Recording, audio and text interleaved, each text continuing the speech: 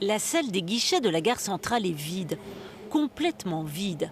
Et quand on demande un billet, pour une ville luxembourgeoise comme Remich par exemple, voici ce qu'on nous répond.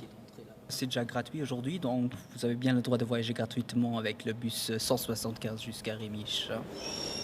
Alors, sur les quais, difficile de rencontrer des voyageurs mécontents.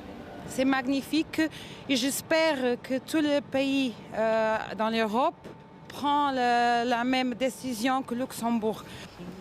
Ça, ce n'est pas sûr, car cette décision de rendre tous les transports en commun gratuits a évidemment un coût, 40 millions d'euros. Il n'y a rien qui est gratuit, donc ça passera via les impôts et puis voilà.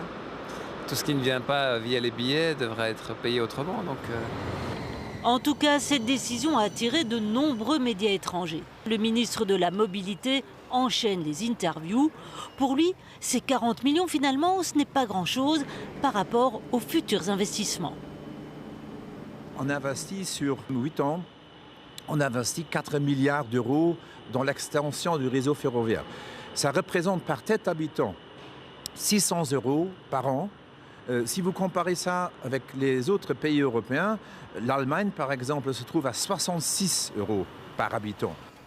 Bref, tout le monde content ? Eh bien non.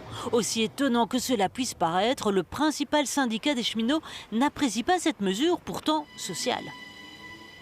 On est contre la gratuité des transports parce que ça vient trop vite.